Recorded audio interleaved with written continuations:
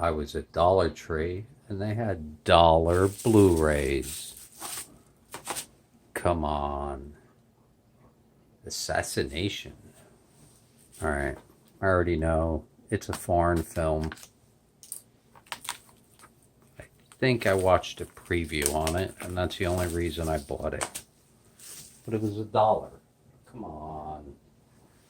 If I don't like it, it go into the garbage. Well, technically recycling.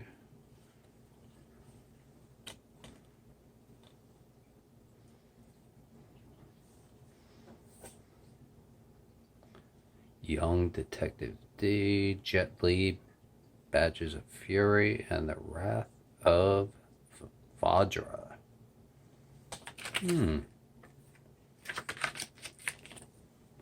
Could always Google those.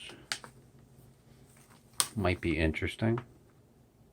Exciting action and stunning visuals. And there you go. That's why I bought it. For $1.